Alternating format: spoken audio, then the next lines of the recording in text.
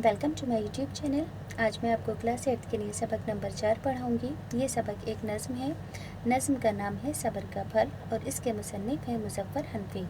यहाँ पर आपका नज़्म के मुसन्निफ़ का नाम याद करना निहायत ज़रूरी है, क्योंकि एग्ज़ाम में किसी भी नज़्म के अशार की तशरीह आपसे पूछी जाएगी तो सियाक़ व सबक़ के अंदर नज़्म के मुसन्निफ़ का नाम ज़रूर लिखा जाता है। तो ध्यान रखना कि सब्र का फल नज़्म के मुसन्निफ़ हैं मुज़फ़्फ़र हनफी। तो इस वीडियो में मैं आपको एग्ज़ाम से मुताल्लिक़ पूरी तैयारी करवाऊँगी, कुछ भी फ़िज़ूल नहीं करवाऊँगी। जो एग्ज़ाम में आता है सिर्फ वही समझाऊँगी और वीडियो को स्किप मत करना। तो सबसे पहले जानेंगे अल्फ़ाज़ मायने, क्योंकि एग्ज़ाम में आम बोलचाल की भाषा के लफ्ज़ नहीं लिखेंगे, इन्हीं लफ्ज़ों को लिखना है।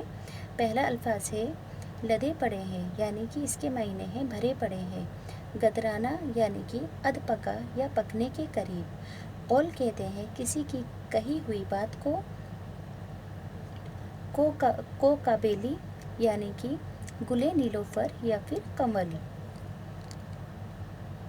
सभी अल्फाज मायने आपको अच्छे से लर्न कर लेने हैं। अब मैं आपको इस नज़्म के सभी अशार पढ़कर बताऊंगी और एग्ज़ाम के अंदर किसी भी नज़्म के किसी भी अशार की तशरीह करने के लिए आपसे पूछा जा सकता है।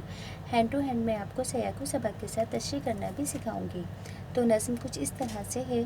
अमरूदों पर लदे पड़े हैं गदराए फल हफ्ते भर से। जब मौका दावत देता हूँ बंदा क्यों खाने को तरसे। क्या कहते हो भाईजान।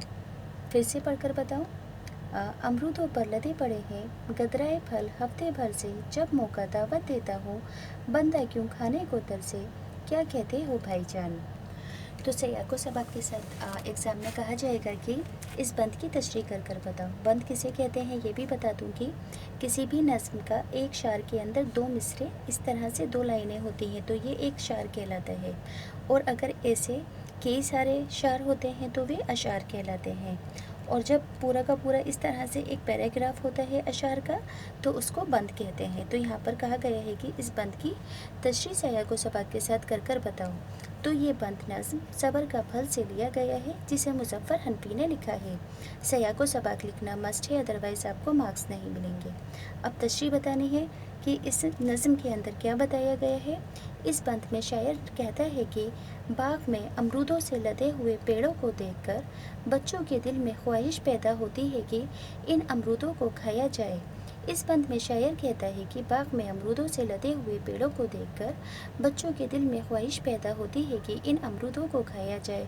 जब ये पेड़ हमें अमरूद खाने की दावत दे रहे हैं तो हम इन अमरूदों को खाने से क्यों महरूम रहें, क्यों वंचित रहें।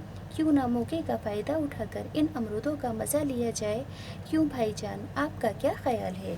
तो आपको समझ में आ गई इस बंद की तशरीह। यहाँ पर क्या कहा है शायर ने कि बाग में अमरूद के बहुत ज़्यादा लदे हुए पेड़ हैं, जिन्हें देखकर बच्चों का मन ललचा रहा है।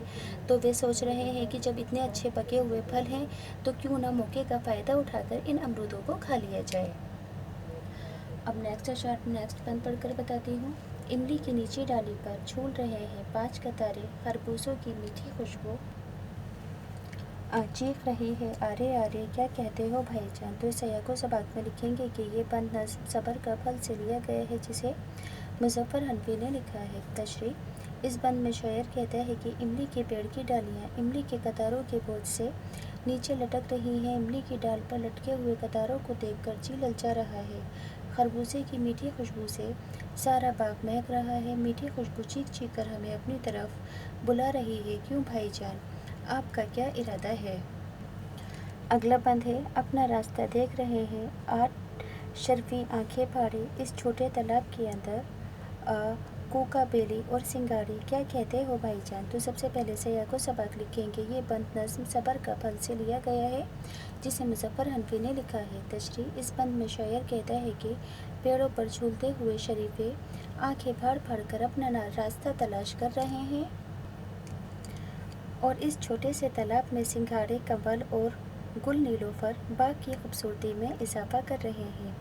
यहाँ पर शायर ने क्या कहा है कि इस बंद में शायर कहता है कि पेड़ों पर झूलते हुए शरीफे आंखें फाड़ फाड़ कर अपना रास्ता तलाश कर रहे हैं और इस छोटे से तालाब में लगे हुए संगाड़े, कमल के फूल और गुल नीलोफर के फूल बाग की खूबसूरती में इजाफा कर रहे हैं। इस हालत में अपने ऊपर काबू रखना मुसन्निफ़ के लिए बहुत मुश्किल है। क्यों भाईजान, आप इस बारे में क्या कहते हैं? मुसन्निफ़ अपने दोस्तों से कह रहे हैं। अगला बंद है, हम भी हाथ बढ़ा सकते हैं, आगे देखिए क्या होता है। कौल मगर सच्चा है ये भी, सब्र का फल मीठा होता है। क्या कहते हो भाईजान? तो सबसे पहले सयाको सबक लिखोगे। ये बंद नज़्म सब्र का फल से लिया गया है, जिसे मुज़फ़्फ़र हनफी ने लिखा है। तशरीह में लिखेंगे, इस बंद में शायर कहता है कि हम उन फूलों को तोड़कर खा सकते हैं, मगर ऐसा करना मुनासिब नहीं है। हमें अपनी ख्वाहिशात पर काबू रखना चाहिए और सब्र से काम लेना चाहिए, क्योंकि सब्र का फल हमेशा मीठा होता है। क्यों भाईजान, आप क्या कहते हैं? समझ में आया? इस बंद का मतलब यहाँ पर शायर ने कहा है कि अगर हम चाहें तो इन फलों को तोड़ कर खा सकते हैं, मगर ऐसा करना ठीक नहीं है। हमें अपनी ख्वाहिशातों पर काबू रखना चाहिए और सब्र से काम लेना चाहिए, क्योंकि हमेशा सब्र से किया गया काम ठीक होता है और इसका नतीजा अच्छा होता है। क्यों भाईजान, आप क्या कहते हैं?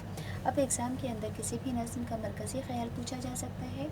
मरकज़ी ख़याल का मतलब होता है कि इस नज़्म को पढ़कर आपने क्या सीख हासिल की, क्या इबरत हासिल की, क्या मॉरल एजुकेशन मिलती है इस नज़्म में, यानी कि इस नज़्म में क्या बताया गया है जिसे हमें मॉरल एजुकेशन मिलती हो। तो यहाँ जब कभी नज़्म का मरकज़ी ख़याल पूछा जाए तो लिखेंगे, इस नज़्म से ये सबक मिलता है कि हमें अपनी ख्वाहिशात पर काबू रखना चाहिए और सब्र से काम लेना चाहिए, क्योंकि सब्र का फल मीठा होता है। अब इस नज़्म के टेक्स्ट बुक के क्वेश्चन आंसर हैं। सवाल नंबर 1, नज़्म में कौन से फलों का जिक्र किया गया है? जवाब, नज़्म में अमरूद, शरीफे और खरबूजों का जिक्र किया गया है। सवाल 2, छोटे तालाब के अंदर क्या है? जवाब, छोटे तालाब के अंदर कोका बेली और सिंगाड़े हैं। सवाल 3, इस शार का मतलब लिखिए। कौल मगर सच्चा है ये भी, सब्र का फल मीठा होता है। तो जवाब के अंदर क्या लिखोगे? इस शार का मतलब है कि ये बात सच्ची है कि हमें सब्र से काम लेना चाहिए, क्योंकि सब्र का फल हमेशा मीठा होता है। ग्रामर से रिलेटेड पार्ट है। लफ्ज़ों का जुमलों में इस्तेमाल। पहला लफ्ज़ है खुशबू, यानी कि गुलाब की खुशबू से सारा घर महक उठा। जुमला बन जाएगा इसका। सच्चा जुमले में इस्तेमाल होगा, बच्चे मन के सच्चे होते हैं। अगला लफ्ज़ है सब्र, सब्र का फल मीठा होता है। मौका, हमें मौके की नज़ाकत को देखते हुए बात करनी चाहिए।